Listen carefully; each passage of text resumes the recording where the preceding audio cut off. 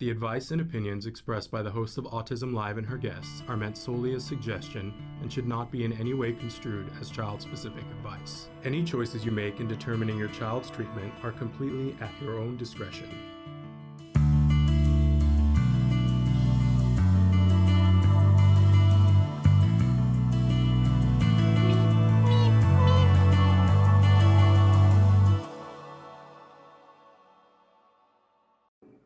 Good morning and welcome to Autism Live. I'm Shannon Penrod, and we are coming to you from our new headquarters, but not from the studio. So thrilled to be here with you. We're live. Today is June 13th. It's Monday. We've got an amazing guest. I can't believe that it's the first time that we're having Dr. Ruan Melmed on the show. I hope I haven't slaughtered his name, but I think that you guys are going to be so excited to hear from him and the vast array of the things that he has to talk about. You know, it's years ago that I saw him speak at a conference that we attended that Temple Grandin was also speaking at, a Future Horizons conference, which, love those conferences. Anyway, so I'm so thrilled that he's going to be joining us here in just a little while, but we are going to be live for this entire hour. We want to hear from you. We want to know your thoughts and your questions. And a lot of times you guys write in about something and it's very specific, you know, like you might be writing in about medicines, you might be writing in about behavior, you might be writing in about what it feels like for you. And sometimes that fits with who our guest is and sometimes it doesn't. But I'm really excited that today's guest does it all. So thrilled that you guys are here. So let's remind everybody that we're live right now on Facebook, on YouTube, and Twitter, and about a dozen other sites. Traven is going to cycle through those for just a second and show you all the different ways that you can be watching us live and all the ways that you can be watching us in podcast. We are the #1 rated autism podcast for the second year in a row. And we know that that's because you guys are so good and you share when you find something here that you like, you share it, you let others know, because we don't have the big budget for the marketing, and we count on you guys to be grassroots and tell people that we're here, that it's free information, that people can find a home here and a place where they can get some answers, which is so important to me. If you watch the show, you know that my son was diagnosed with autism at the age of 2.5, and I just didn't know what to do when I was looking for answers. And I made my little pledge. There was one particular time when I was on the bedroom floor, kneeling and praying and saying, please help me to help my kid. Please don't let me be the parent that doesn't figure this out. Please don't let him be held back by what I don't know. Show me what I need to do. And if you do, and if you help me help my kid, I will make sure that I pay it forward. So that's part of what I try to do here all the time, is to pay forward. Any of you who are feeling in that space and feel like I'm alone, I don't know what's going to happen, I don't know that we're going to be okay, let me put my loving arms around you. Welcome home. You're home. It's all going to be okay. You're okay. If you are a parent of a child who is on the spectrum, you're okay, they're okay, and it's all going to be okay. And yes, there are things that you could be doing to help both of you, right? So let's give you information about those. And my guest will be filling you in more about that as well. So don't forget that we love to hear from you. We love to know when you're watching and where you're watching. The chat is open now. And don't forget that you can be watching us in podcast as well.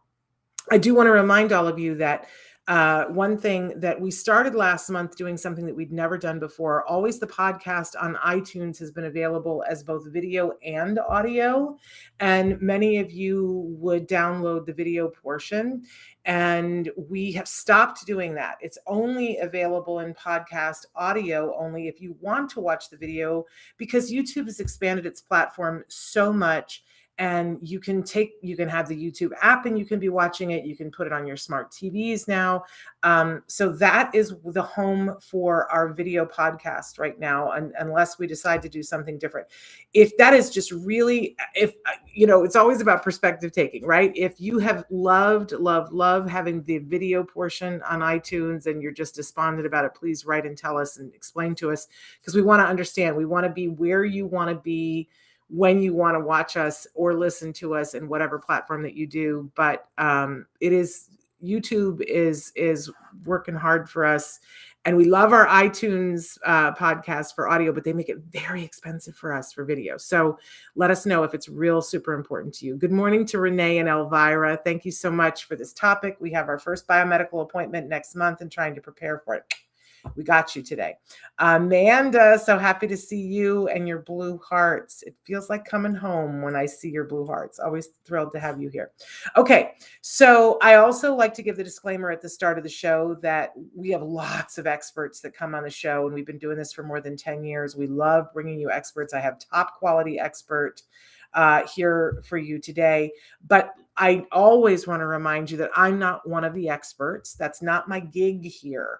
My gig is that I am your biggest fan. I'm your biggest cheerleader. I want to help you to get wherever you want. When I say you, let's remember that this entire show is for that bigger autism community that starts with individuals who are on the autism spectrum. Of course, they're the beating heart of our community. They're our why, right? So if that defines you, I'm so glad that you're here. We want you to have a voice here. We're expanding. Of course, we have our Stories from the Spectrum now, which is only people who are neurodiverse and their points of view only. Right. But of course, you're a part of every show that we do here. Right. But we also include everyone who loves individuals who are on the autism spectrum. So if you are a doctor, a teacher, a grandparent, an aunt, an uncle, a parent, a sibling, a spouse, a boyfriend, girlfriend to someone on the spectrum, we welcome you too. You're a valuable part of our community. And we know that together we lift all of our voices up and that we can help individuals who are on the autism spectrum to get the respect, the dignity, the right to housing, jobs, love who they love, all of those things. Yes. So Parker says, reminder to all Biomed is not for everyone, but if it works for you, that is great. Yeah. Well, I mean, and I think that's what we would say about anything having to do medical, right, Parker, because it's so individual that we would never say, well, everyone needs to take Claritin because everyone doesn't need to, right? So different things for different people, but recognizing that everybody's different. Hello, Dark Angel. And Amanda, I'm so happy that you're happy that we're going to be talking about Biomed today. Okay, so in fact, let's just move right on to the jargon of the day, shall we? This is when we take on one word, one phrase, one acronym. We try to figure out what in the hey nani are the experts talking about when they say these terms, because a lot of times we throw these terms around like they are chiclets. I don't know. And if you don't know what they mean, you feel left out of the party, right? So today is Biomed term, and I think we've got, there we go. There's our jargon of the day. So first we're going to give you the actual definition. Sometimes I make fun of that because I have to have a hobby. And then we move on to a working definition where we try to give you information that will help you where you are without maybe a degree in everything, right? Lisa Ackerman is watching. That's just like the be all end all for me, right? Lisa, love you so much. And she just put a post. Everyone also deserves to feel good. Amen to that, Lisa Ackerman. Can we please have you back on the show? I know you just had your amazing picnic that I could not go to because it always is on my son's birthday. And sometimes that works out, but almost never. But Lisa Ackerman from TACA, can we please have you back on the show? And people are now saying hi to Lisa. But Lisa just put a link to a news article about the poor health and the poor healthcare of individuals who are on the spectrum that are adults. Check it out. It's in our conversation on Facebook, and maybe Traven will be able to stick that on our I love you, Lisa Ackerman. You have no idea. So maybe we could stick that so that the folks that are watching on YouTube can have that link as well. Okay. So anyway, the term is biomedical. And I'll tell you what, I think we've done this term before, but it's been a while because it's one that kind of kicks my keister because I always try to act like I'm the intelligent person in the room and that I've been doing this for a while. So of course I know exactly what you mean, but I'm never quite sure that I know exactly what people mean when they say biomedical. So let's get real clinical here with it, right? But in a way that we can all understand. So let's take a look at what our actual definition is. Biomedical refers to a specific approach to treatment that considers the biological basis of autism. Okay, everybody take a breath, and targets those biological processes as part of an individual's medical care. Okay, because I know that there are many people who are like, wait a second, I know you talk a lot about behavior, Shannon, but we also talk about the fact that there is a biological basis for autism, and more research points exactly to that there is a basis for this, and that there are medicines and supplements and different things that you can do that help to mitigate some of the things that we see. Because a lot of times, you guys write in and you say, well, my child is throwing tantrums. And Dr. Granpichet is the first person to say to you that that is not a part of an autism diagnosis. It comes with it often because there are other things going on with the child, right? Both developmentally and biologically, there are things that are going on with them, but it is not strictly a part of an autism diagnosis that you throw tantrums. Well, guess what? There's a whole bunch of things that are like that, that we need to be looking at from a biological basis. But let's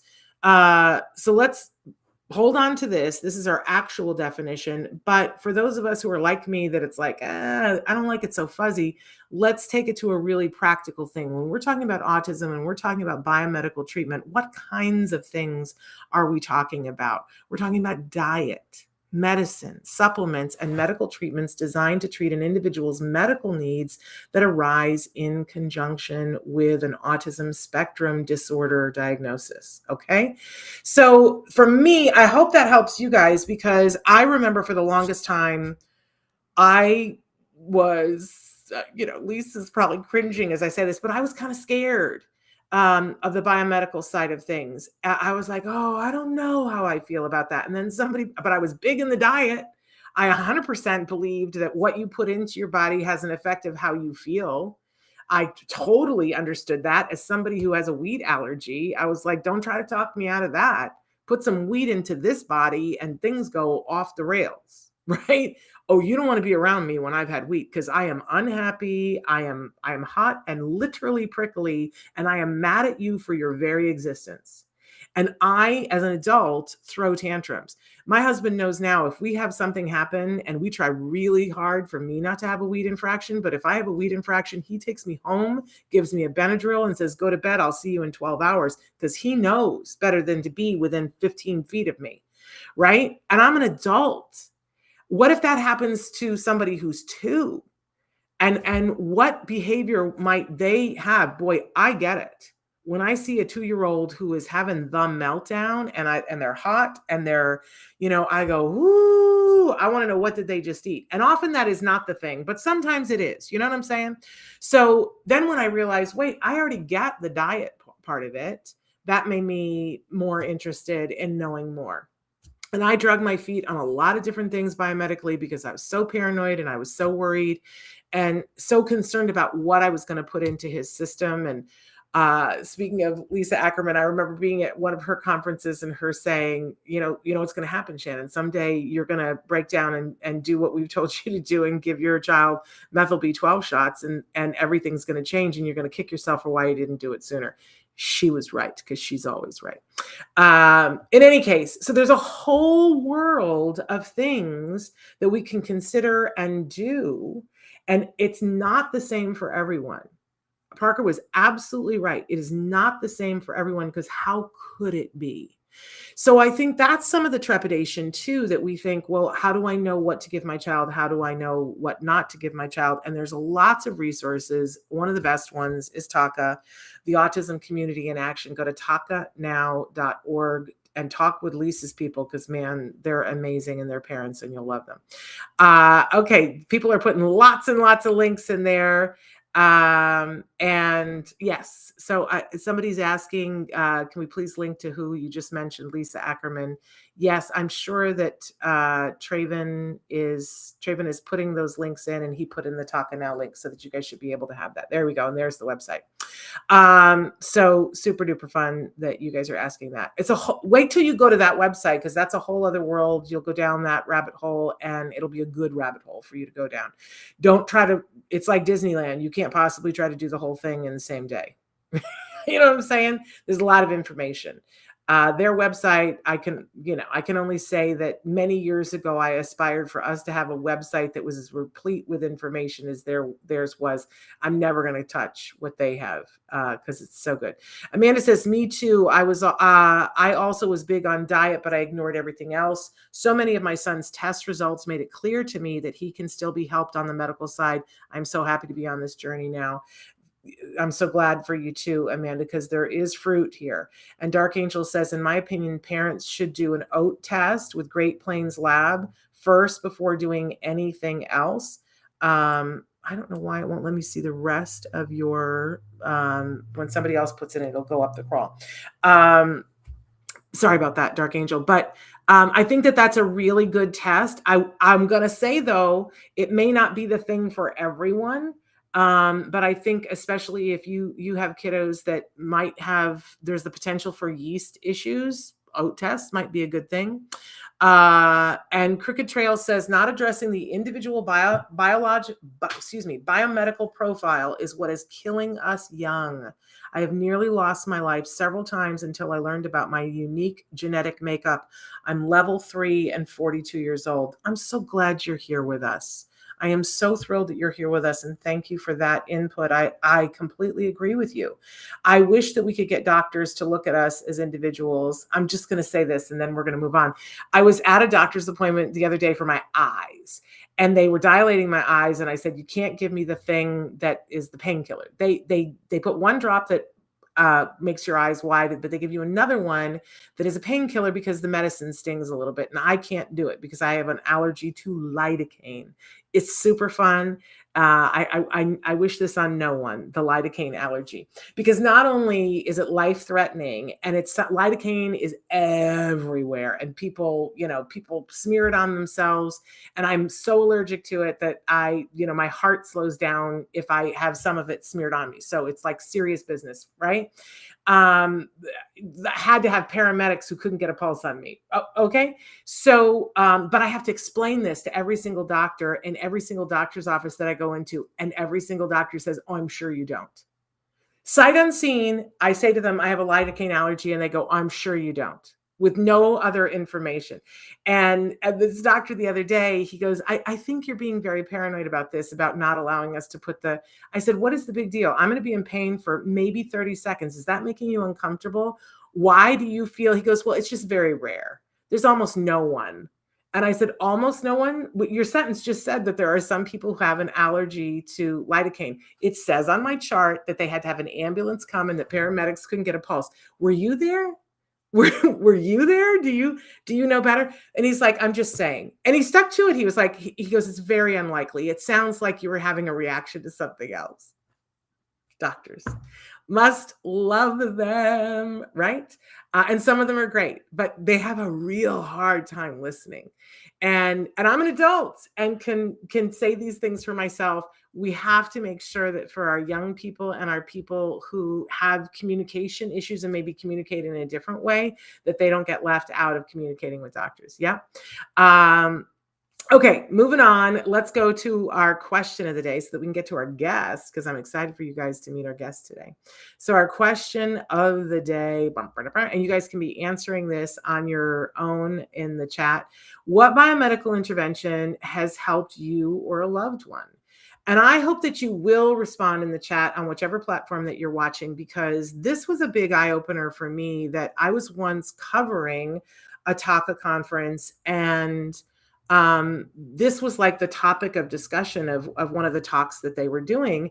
And it was just very interesting for me. It was the thing that put me over the top and made me start doing the methyl B12 shots with my son, because so many parents said that the biggest bang that they were getting for their buck, like big difference that they saw, were when they did a diet that was specific to their child.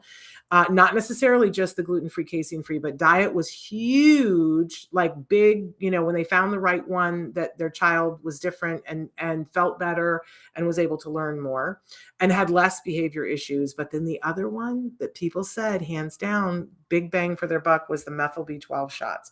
And that kind of put me over the edge, because I didn't realize so many people, I had heard stories where people had kind of miraculous benefits from a methyl B12. And,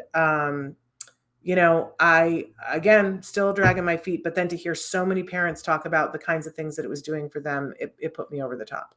But, I know you guys are going to write in, make sure that if you're doing B12, that it's methyl B12 and that you're working with a doctor. Yeah. Oh, so somebody wrote in adding magnesium. That was a big one for me, not so much for my son, but a big one for me. Love magnesium. And there's the B12 shot. Somebody said, what's the biggest one for you? Microbiome testing. Right now, we're getting rid of yeast. Whew, that's not a fun time, but I'll tell you what, the day that you break the yeast and the yeast, you've got it under control, it is game changer. Man, I remember the day that the yeast finally broke with my son, because the fight the yeast puts up towards the end is kind of epic. Just want to warn you. But thank God that people told me about yeast die-off and not to give up. But the day that his yeast broke, whoo, that's a day that will live in infamy, right? It was amazing. Like, I thought something was wrong because my child was still for the first time. He was still and putting together Legos. And I woke up and I was like, what's wrong? There's something horribly, horribly wrong, because my busy pants child was sitting and focusing for the first time ever. Amazing. Yeah. Die off is not fun, Amanda. I'm sending you a hug. Okay. So, and continuing on, we always have our topic of the week. And I see Crooked Tail, you're talking about environmental toxins, molds. Ooh, yeah, lots of stuff here. So our topic for this week is seeing whole individuals. And how important is this to all of us? That every single one of us and the people that we love on the spectrum, of course, get seen as whole individuals, instead of this compartmentalization of going, well, they're on the autism spectrum, therefore, dip, dip, dip, dip, dip, dip, dip. Hello, it's an individual. Can we please look at them as an individual? And not just behaviorally, right? But can we also look at them as individuals medically, please? Which leads right into our guest today. I'm so excited that for the first time we have Dr. Ruan Melmed, and he's going to tell me if I've entirely butchered his name.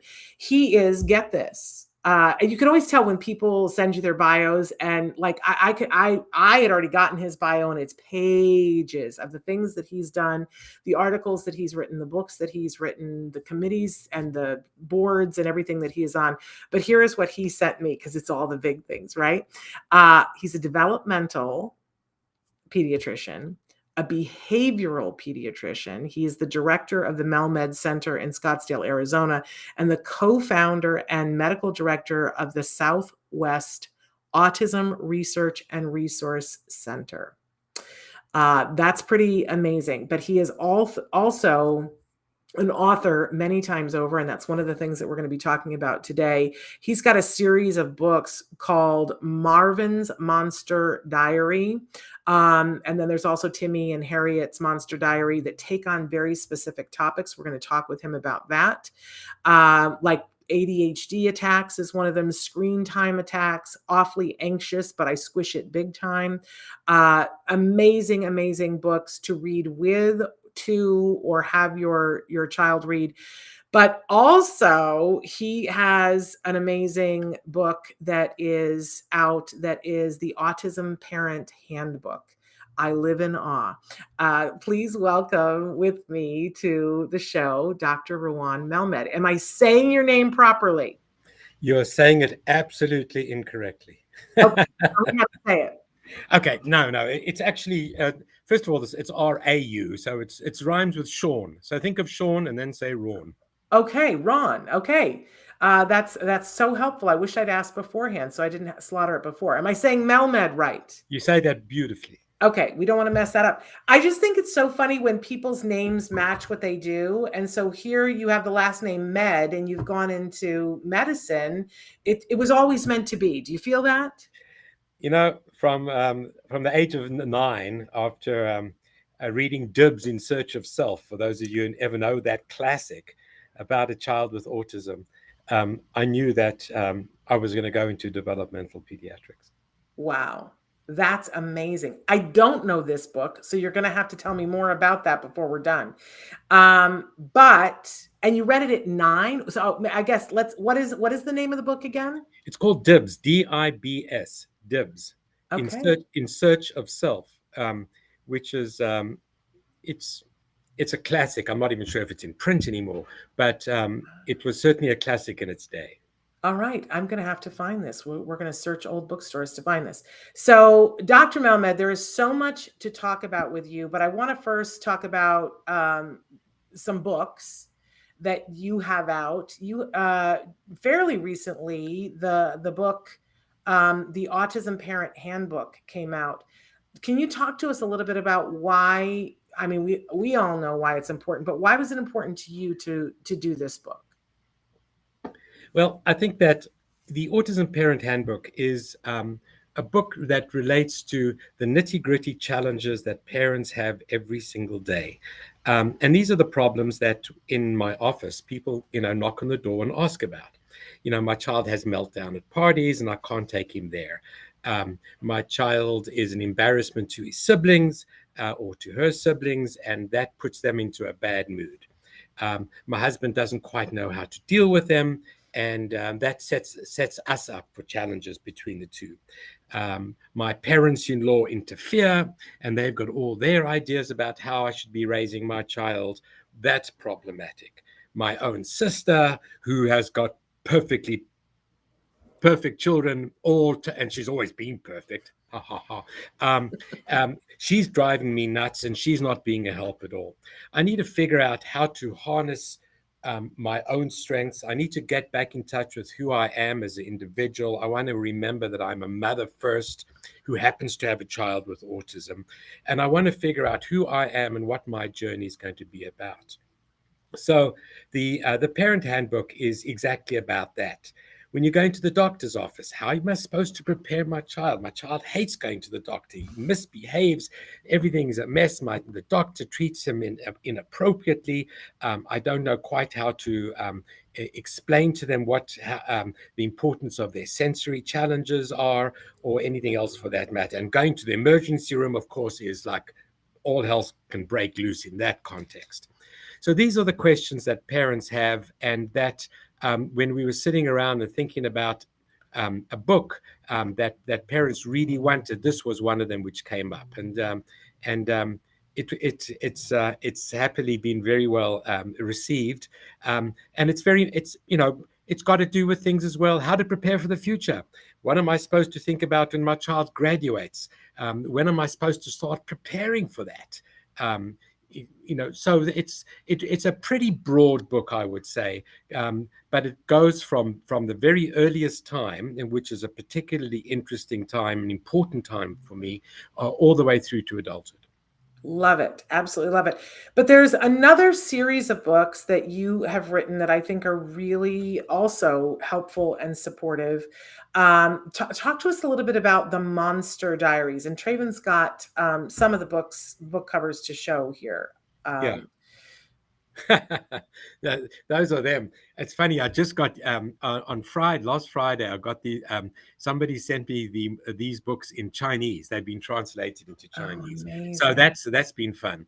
But I tell you what the basic is. But the basis of it is a strong belief on my behalf of, regardless of the level of functioning of any individual, they have to be involved in their own treatment. I try to teach the residents when you have a very severely disabled adult male with autism who's nonverbal, who might be self-injurious, you look at them directly in the eye and you speak to them about what's going on and what it is you want to do. Don't speak to them as if they're not even in the room and just direct him. I have to, at all costs, try and involve the individual in their own treatment from the very earliest. How are we going to do this? I've got to get the kids involved. And one of the ways that children might get involved is learning from a third party that maybe they're superheroes in their lives, have similar challenges. And that way they can not feel their mum and saying, none of that, and don't do that, and stop this, and etc., etc. But they themselves can have tools to change, to make a difference in their own lives. And when a child is able to face a challenge and make a difference in their own life at whatever baby step it might be, the outcome is enormous. And bibliotherapy, or the use of books to teach children, to improve children, that's the term I use, bibliotherapy, is the series. So ST4 is the title of the series. It's 1 S and 4 T's. The 1 S says stop, and the T's are take, time, to, think. ST4, think the STP motor oil. Anyway, the ST4 thing is when a child is having a meltdown or having a breakdown, there are lots of different ways in which you can make them aware of their behaviors. I'm sure you know them, and I'm sure you've had guest review. You can have them color-coded. You can have them leveled from 1 to 10. You can have pictures of happy faces and sad faces, those kinds of things. And you can also, if the child is capable, say ST4, stop, take time to think. A teacher can walk over to the child and wink at them and say ST4, or just point to the ST4 sticker. Once a child is able to stop and think about their behavior and get themselves out of that vicious cycle, wonderful things can arise. And that's true for anxiety, aggression, ADHD, socialization problems, which is, of course, particularly interesting for individuals with who have social communication challenges. It can all make a difference. Once you stop and think, changes happen, all for the good. Amazing. I think we need to have this in all areas of life for people who aren't on the spectrum, right? All adults need to participate in this. So where can we get the books? Because these are amazing books, all of the ones that you just went, both the ST4 series and the parent handbook. Where can we get them? I think Amazon, is the life of the party, in fact, of any book. But Amazon is certainly there. Future Horizons, Familius Publications, or the ST4s through Familius Publications. But I think that the easiest way always for all of these books is Amazon. There we go. And I think the prices are the best there too. There you go. That's an important thing too. We need to save a couple of bucks. So you've been amazing in the field and have a lot of different areas that people pay attention to what you say, because you've been helping families for quite a period of time, and we appreciate all the work that you've done. Talk to us a little bit about, from your point of view, what can we do to help parents? What with that first response when they've been diagnosed? Because it's a big day, right? When your child is diagnosed with autism, and it's a hump that people have to get over. What wise words do you have for us, for those who are newly diagnosed? Making a diagnosis of autism is one of the most difficult things. When you first tell a young parent, a couple, 25, 26 years old, and with dreams of what's going to happen, that their child has autism, let me tell you, even as I'm speaking right now, it sends shivers through me, because I don't think there's anything quite as traumatic that people can go through about hearing the news that their dream might just not be. In fact, it might even be shattered, for that matter. So there's a number of different things. Now, I want to focus maybe on two. The first thing is that hearing of a child with having autism, parents go through a grieving response which is the exact same as the responses that people have when a loved one dies. Elizabeth Kubler-Ross many years ago wrote a book on death and dying, and she spoke about the challenges that people have when a loved one dies, to do with denial and anger and depression. And the way I see it, that individuals, parents who have children diagnosed for the first time, go through those same stages. And it is so important for clinicians, but for parents as well as grandparents, to recognize this is what's happening with my child. And the thing is that the mother or the father or the two mothers or the two fathers, whatever the case might be, don't necessarily go through those same stages at the same time. So the mother might be, let's go, I want to get moving on this. And the father say, this is a waste of time. That doctor always makes the diagnosis that it's diagnosis du jour. It's just it's made up in people's minds. The pharmacological companies are just trying to make a buck. Forget about it. I'm not going there. Why did you even go and take the child to have it? It's a self-fulfilling prophecy. That kind of anger and that kind of denial. And then the mother saying, oh my God, what's happening over here? Who's going to be there for me? Who's going to financially support me? Is my marriage going to survive this whole damn thing?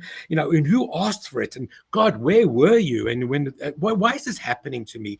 So recognition of those stages is absolutely essential.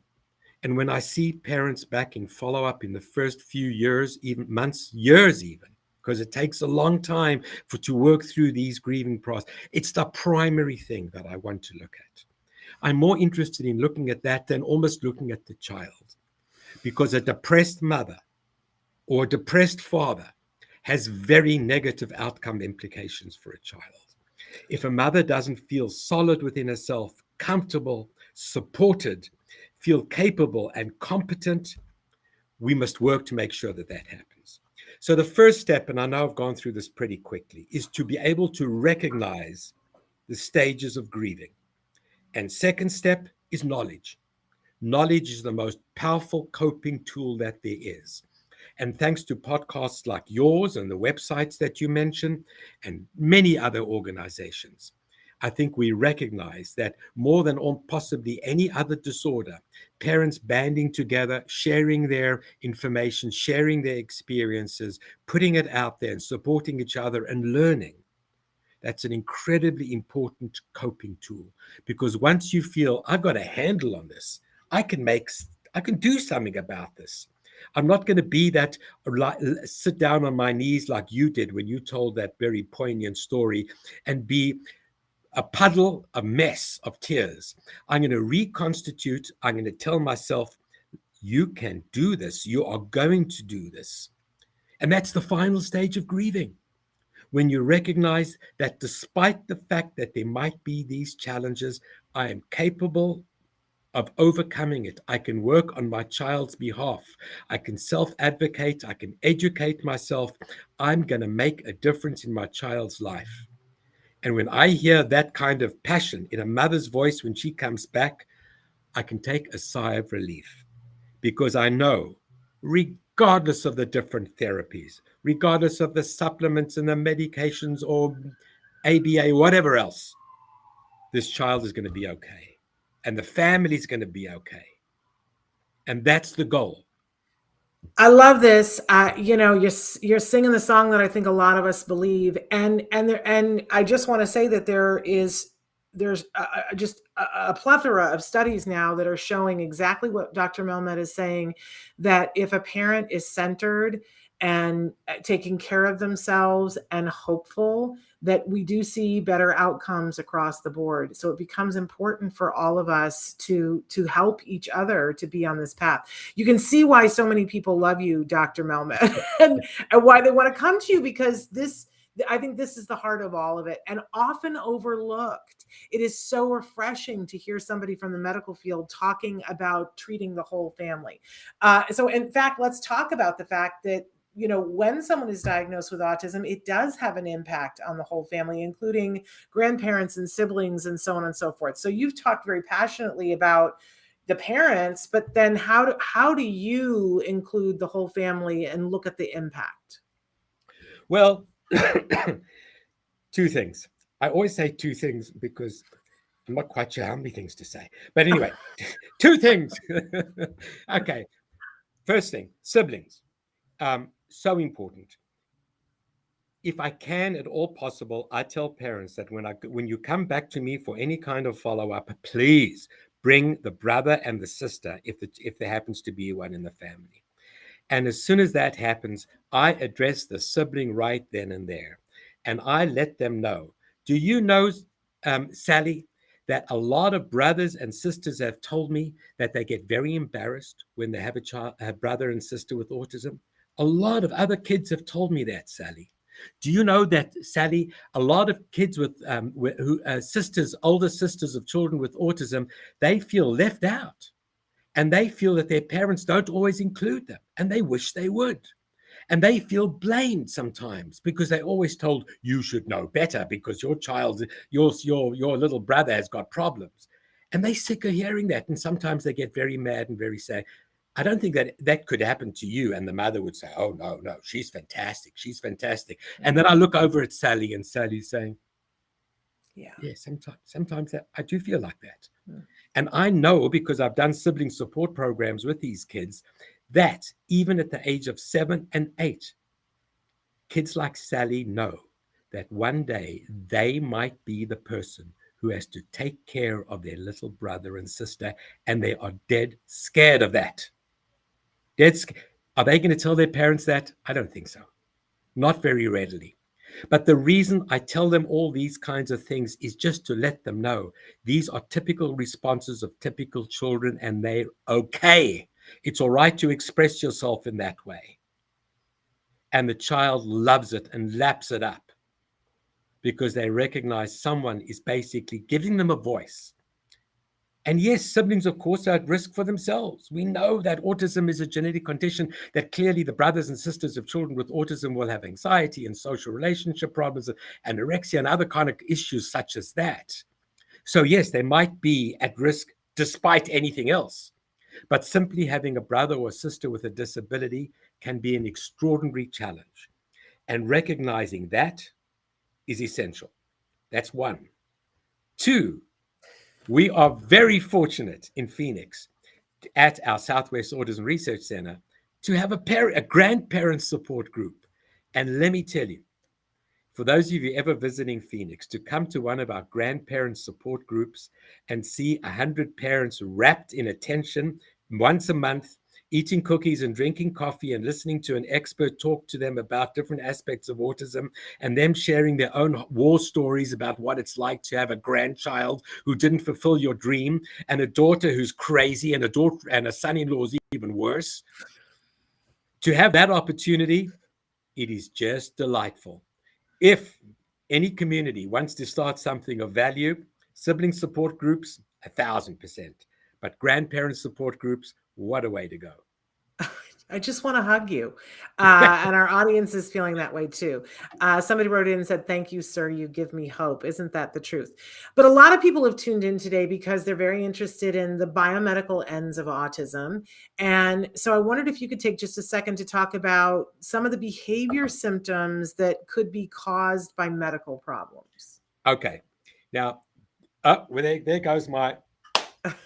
When I do Zoom, this happens to me all the time, and the kids love it. Anyway, okay, disclosure, number one. Yes. The disclosure will come, well, you were talking earlier, and I saw the title up on the screen. I thought of Carol Gray's Social Stories. This is my social story of the day for all of you in the audience. Sometimes I tune into a talk, and they tell me that I'm going to learn about biomedical problems. Then the expert says, I am not a biomedical expert. I feel terrible. But then I take a deep breath. I count to 3. 1, 2, 3. Social story, Carol Gray. I count to 3. And I tell myself, well, maybe he'll talk about something different. And then I feel better. Okay. So just a little bit about biomedical. I was an original doctor with Dr. Bernie Rimland on the DAN, the Defeat Autism Now issue. I don't classify myself in the generic way as a biomedical doctor any longer. I see myself very much as a developmental behavioral approach, maybe a neurobiological or a biopsychosocial approach. But aside from that, one of my interests, especially in teaching young pediatric residents, and for that matter, emergency room residents who I teach on a regular basis here in Phoenix at the universities, is to, when they get a child in the emergency room, how to make sure that they've ruled out medical problems. And I'm not going to get all fancy with you about magnesium levels or about anything. I'm going to talk about when I get a child in, and these are all specific cases, and I'll just give you 3 or 4 of them to give you a flavor of what I'm talking about. I've got one child who used to karate chop herself in the head. Quah, quah, quah, quah, quah. Big girl, huge girl. She once hit her father, a very irritable girl, in the face, like in front of me. The father went down, a big guy, went down straight like that. She knocked him out. She didn't mean to do that, but she was.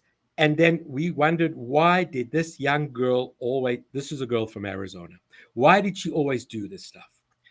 This was quite a few years ago. And then during the course of a secretin or a secretin trial, when we injecting it was supposed to be one of the cures for autism. And part of the trial involved putting a scope down the child's throat to see what the secretin was doing when we were injecting it in the duodenum. The gastroenterologist who was doing this procedure as part of the study called me and said, I just looked at her esophagus. This girl's esophagus, she's got erosions from the top to her bottom. She's got severe esophagitis. This girl who was nonverbal, severe developmental delays, karate chopping herself in the head, knocking her father unconscious in front of me, no, a word of a lie, actually had esophagitis. Boy, did we look stupid. Did we look stupid? Did our parents, when they heard this, they couldn't believe this? She was treated for her severe esophagitis. It was a different person. She would have gone to the emergency room. She would have put onto Haldol or something like that. God, you're acting like out of control. What's wrong with you? Another quick story, and I can tell you these war stories, many of them. Another quick story. One of the members of our board of directors, a child had glasses. He would take off his glasses and smash them. She got new glasses and repeated them. She got a rubber band to put around the back so the glasses would stay in his face, so she would stop having to repair his glasses. Finally, she went to an optometrist who looked at the pair of glasses she brought in and said, hey, somebody switched the lenses.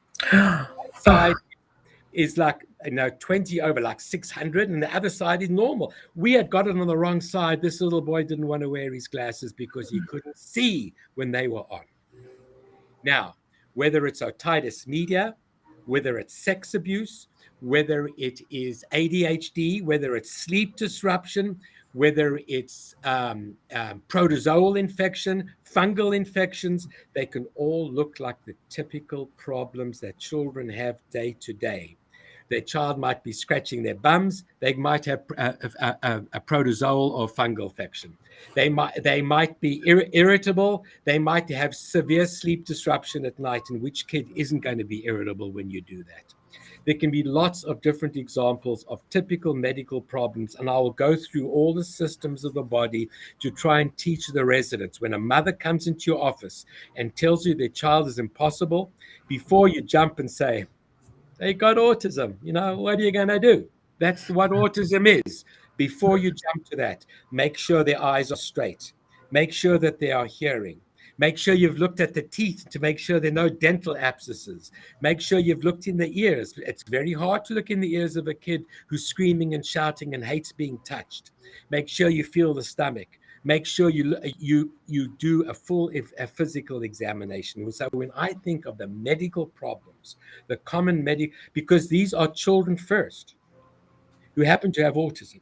And that's the message, because a lot of parents will tell me, And there's one classic example I used as a quote in the book, The Parent Handbook. I don't tell my child, the doctor, my child has autism, because from then on, everything else that'll happen. They'll say, oh, it's autism. It's autism. You know, what are you going to do? They have severe butt burning diarrhea 8 or 10 times a day. It's autism. And it's not. So if from the other side, as parents, or for our individuals who are adults who are watching, who are on the spectrum, what advice do you give us when we go before the doctor to get the doctor to listen? Oh, brother. Well, you know, it's not too terribly different to compared to going to whatever doctor you're going to. I think it's always nice before anyone goes to the doctor to have an agenda, for you to actually write down 3 things. The doctors are busy. To find a primary care doctor today is absolutely impossible. I just got a referral from one of the board members saying, please, can you help me? And my adult son needs a primary care doctor. For love or money, I couldn't find one. If who's also going to be seeing adults, they're going to come back and see me. And I don't do primary care, but there's no one else who's going to be doing it. It's very hard. But one of the things, if you're lucky enough to find that, and by the way, usually a good place to find primary care for adults is through a major hospital's family practice residency program, Mayo Clinic's residency program, St. Joseph's residency program. There's a lot of residency program on a health. I'm just giving you 3 examples of those in Phoenix, but I'm sure in most communities they are there. That's where you can find. Then go inside to the doctor and say, I have an agenda. These are my 3 specific questions that I want to have, and write them down. And there can't be more than 7 or 8 words in the question, because your time is going to be limited, and you want to make sure that you get out of that office visit with your questions being answered. And when the doc sees you being prepared, she's going to look at that list and she's going to say to you, I'm going to answer these questions. But if you're coming in with reams of paper and lots of things to look at and expecting all that to happen in 10 minutes, you know as well as I do, it ain't going to happen. Yeah. 7 or 8 words. That I'm going to write that on a pillow. We're running out of time. So I want to talk about the overlap between autism and ADHD, because this is a big topic. Yeah, well, a lot of people think that, that it's a constant. Well, first of all, we think that about 15% of children with ADHD, which of course is very common, about 15% of them have autism spectrum disorder, have been diagnosed with ASD. That's one interesting fact. Interesting fact number 2. Young adults or adolescents or young adults who've been diagnosed with ASD for the first time at that age invariably have had a previous mental health diagnosis of, guess what? ADHD. So it's very easy, especially with individuals who are low support needs, who might be verbal.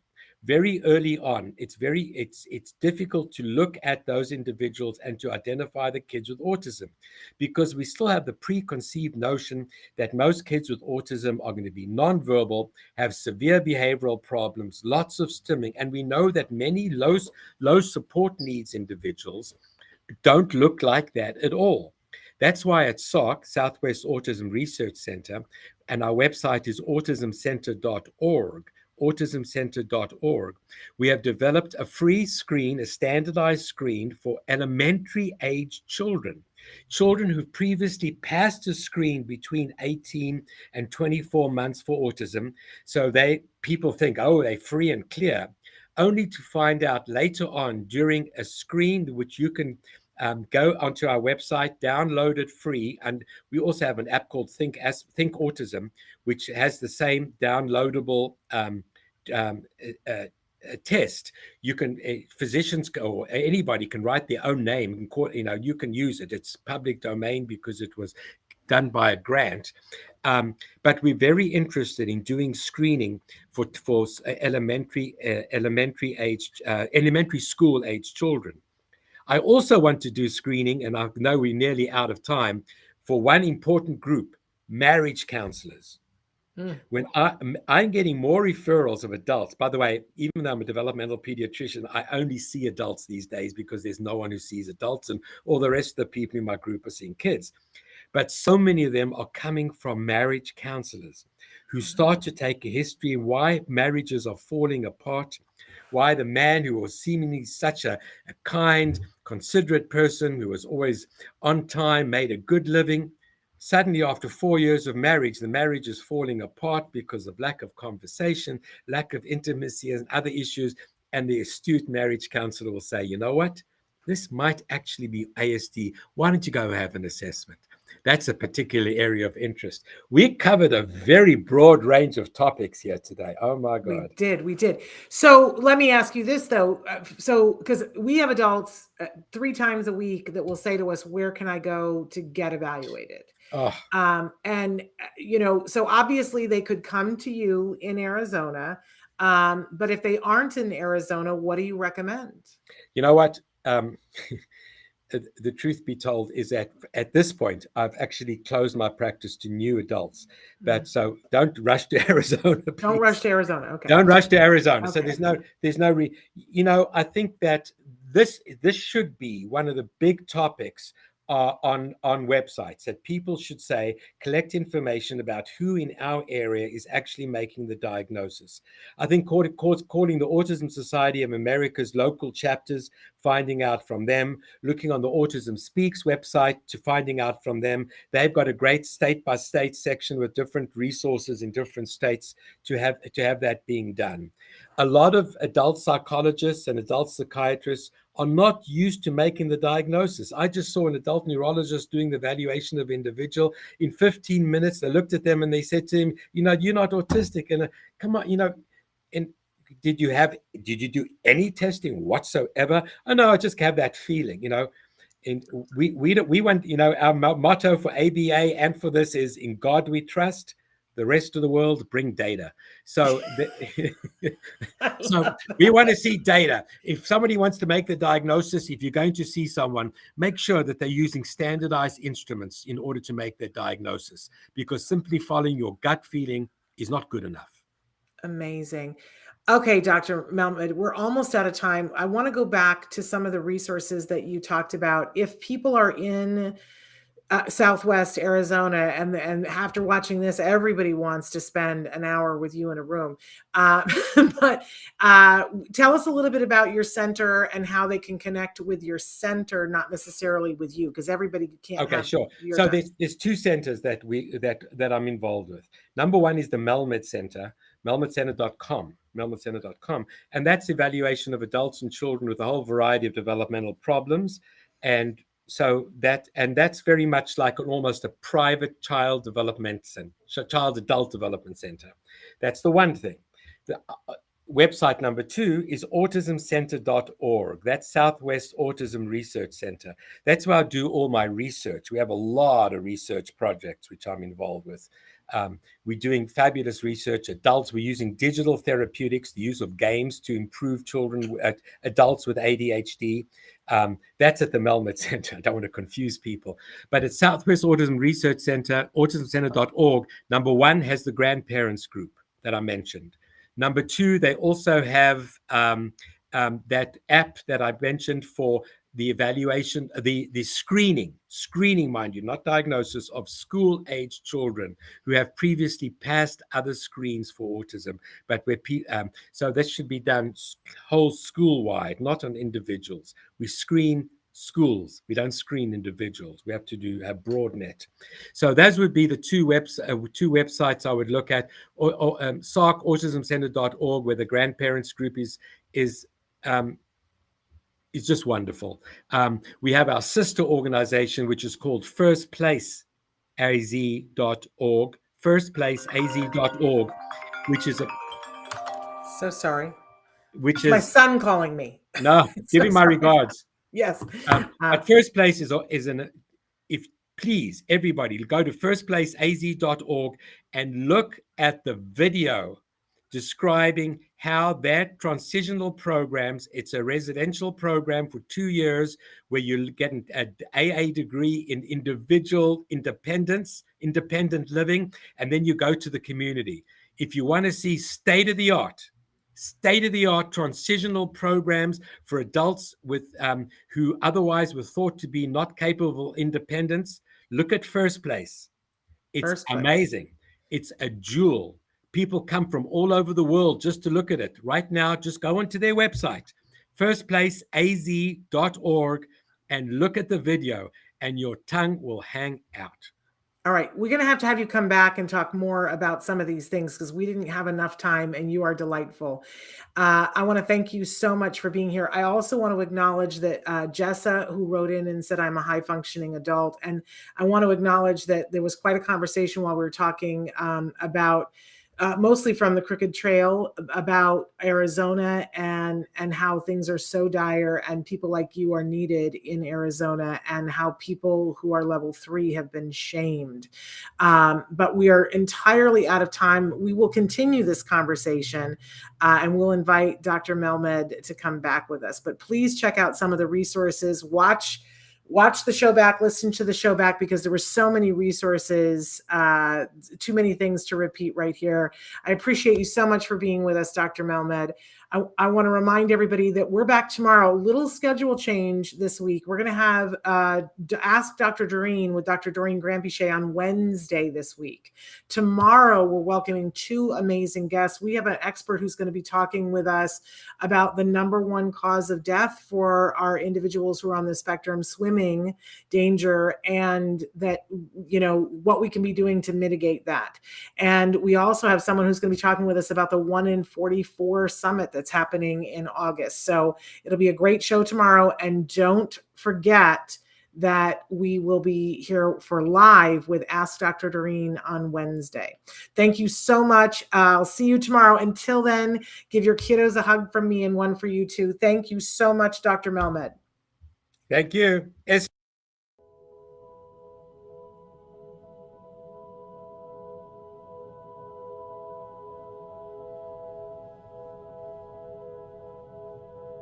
If you found anything helpful in this video, please give us a like. In fact, make sure that you smash that subscribe button on YouTube and give us a like on Facebook. You can also follow us on Twitter and on Instagram for important updates. And please download our free podcast wherever you get your podcasts. Thank you so much. See you next time.